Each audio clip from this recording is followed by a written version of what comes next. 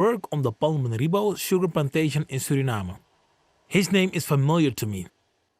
Ce sportif célèbre évoque l'histoire de Wally, un esclave du Suriname, brûlé vif avec d'autres pour s'être révolté en 1707.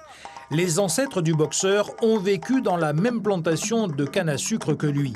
Cette chanteuse de Saint-Martin, elle, parle de Loquet, une esclave qui eut le sein coupé pour s'être enfuie, ainsi que des perles servant de monnaie aux asservis. Perles qui furent lancées à la mer lors de l'abolition de l'esclavage en 1863. 10 histoires réelles d'esclaves, d'adversaires de cette servitude ou d'autres en ayant profité. Certaines sont donc contées par des personnes ayant un lien avec ce passé. Ces récits structurent l'exposition du Rijksmuseum qui n'est pour l'instant visible que sur Internet.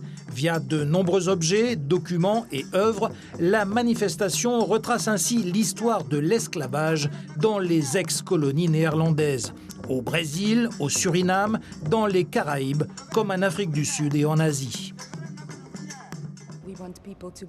Nous voulions que les gens puissent s'identifier à cette histoire et qu'ils voient qu'il s'agit d'une histoire nationale, pas seulement pour un petit groupe, mais pour chacun d'entre nous. Dans la traite transatlantique, les Pays-Bas, autrefois provinces unies, se classent en 4e position pour le nombre d'esclaves déportés, près de 528 000.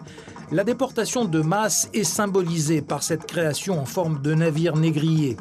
Des jerrycans représentent ceux qui ont perdu leur nom comme leur liberté.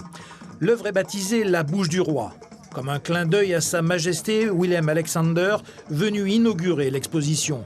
Cette présence du souverain néerlandais est un signal fort dans un pays qui ne s'est jamais réellement excusé pour l'esclavage. Mais Black Lives Matter et d'autres mouvements ont relancé le débat sur cette période.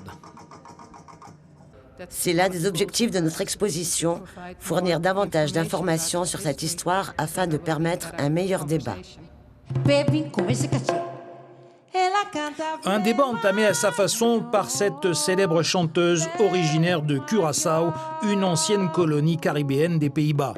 Isaline Callister a accueilli le roi par un chant dans sa langue maternelle, le papiamento, un créole local issu d'un dialecte utilisé par les esclaves africains.